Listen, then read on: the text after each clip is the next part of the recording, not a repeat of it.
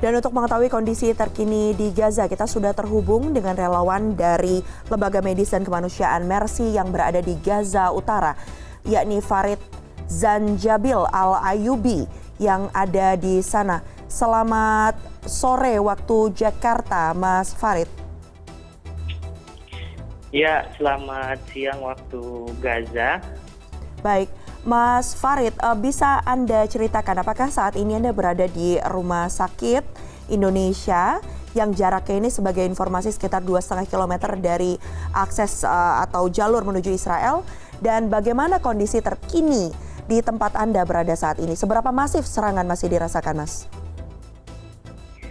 Ya, saya sekarang sudah hari keempat serangan terus berdatangan. Dan rumah sakit ini berada di Gaza Utara dan jaraknya tidak hanya yang tadi disebutin dengan tadi, kurang lebih 2,5 kilometer dari perbatasan Israel. Dan kemudian di Gaza bagian utara ini mendapatkan serangan yang paling banyak di antara di Gaza lainnya, terutama di Gaza Tengah, Gaza Selatan. Jadi Gaza Utara ini benar-benar mendapatkan serangan yang paling masif hingga sekarang. Baik, Mas Farid, serangan yang kemudian didapatkan di Gaza Utara, apakah melalui jalur udara atau juga sudah melalui jalur darat ini, Mas Farid?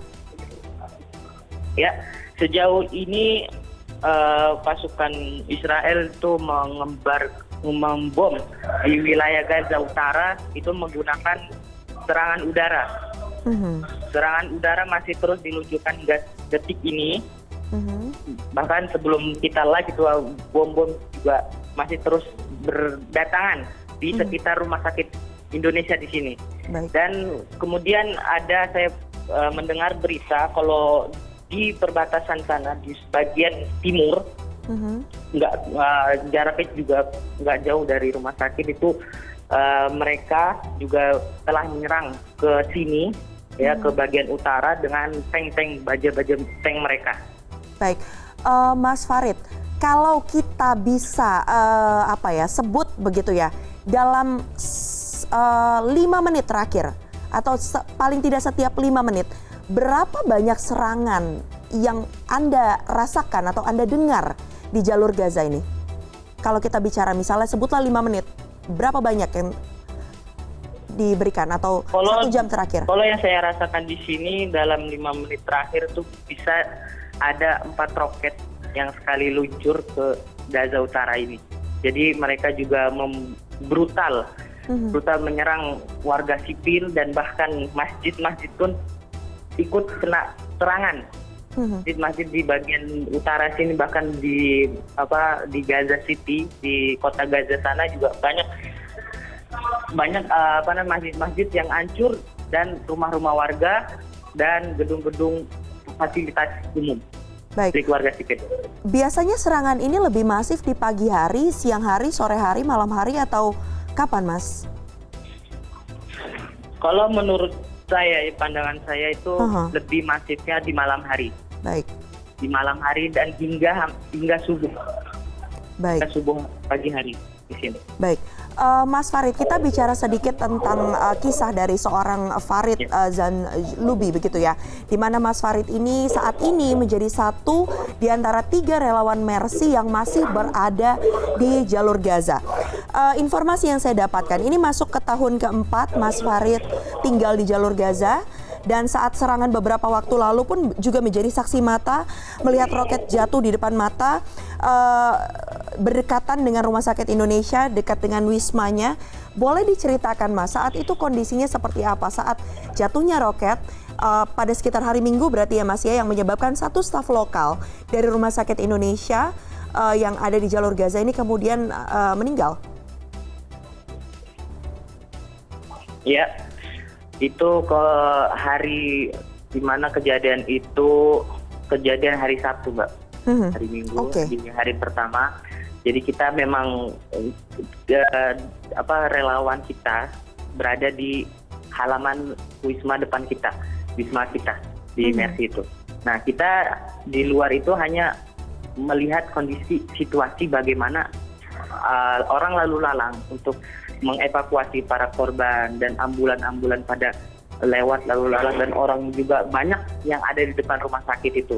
Dan kami hanya menonton dan tidak bisa untuk mendokumentasi, untuk mengambil video atau mengambil gambar karena dilarang oleh pihak polisi demi keamanan. Dan kemudian serangan itu pun terjadinya mendadak, Mbak. Jadi kita tidak mengetahui apapun, dan kita alhamdulillah masih atas pertolongan Allah kita masih diselamatkan. Dan itu jarak saya berdiri dengan kejadian salah satu mobil kita operasional itu dari Mercy, milik Mercy, itu tidak jauh lebih dari 5 meter dari jarak saya berdiri. Baik, kalau sejauh ini terkait dengan kebutuhan logistik dan obat-obatannya seperti apa, Mas? Apakah seberapa mendesak kemudian sangat dibutuhkannya tenaga bantuan? Karena menurut informasi tadi sempat ada press release dari Mercy yang ada di Jakarta begitu, menyatakan setidaknya membutuhkan tenaga bantuan untuk di sana. Karena Mas Farid ini hanya bertiga ya dengan staf atau relawan Mercy dari Indonesia lainnya. Silakan, Mas. Ya, untuk bantuan logistik terutama pasokan obat-obatan dan tenaga medis itu memang sangat-sangat dibutuhkan. Bahkan ketika hari ke-3 pada hari Senin pukul kurang lebih jam 10:30 waktu Gaza, itu Israel telah mendaratkan roketnya pas banget di pemukiman penduduk padat, yaitu di Pasar Trans namanya, di Jabalia. Itu nggak jauh dari rumah sakit, sekitar 6 menit. Itu mereka telah membunuh dalam satu waktu 50 korban meninggal dan 120 orang luka-luka. Jadi korban-korban ini, karena rumah sakit Indonesia ini yang paling dekat, jadi korban-korban ini pada dibawa ke rumah sakit, sehingga evakuasi yang dijalankan oleh para medis di sini itu kewalahan, Mbak. Bahkan kamar mayat pun tidak cukup untuk mengevakuasi para korban yang meninggal. Bahkan korban-korban itu ditaruh di depan teras, di depan bukan di dalam ruangan, di trotoar, bahkan di atas rumput, begitu, Mbak. Jadi logistik, obat-obatan dan tenaga medis itu sangat dibutuhkan untuk saat ini. Dan logistik juga bahan pakan juga katanya, saya mendengar kabar sudah 80% menurun, hingga pasokan air itu telah ditutup oleh pihak Israel sehingga sampai 50% menurun di Gaza. Baik, Mas Farid, sebentar lagi kita juga kami akan berdialog begitu ya dengan Duta Besar Republik Indonesia untuk wilayah Lebanon.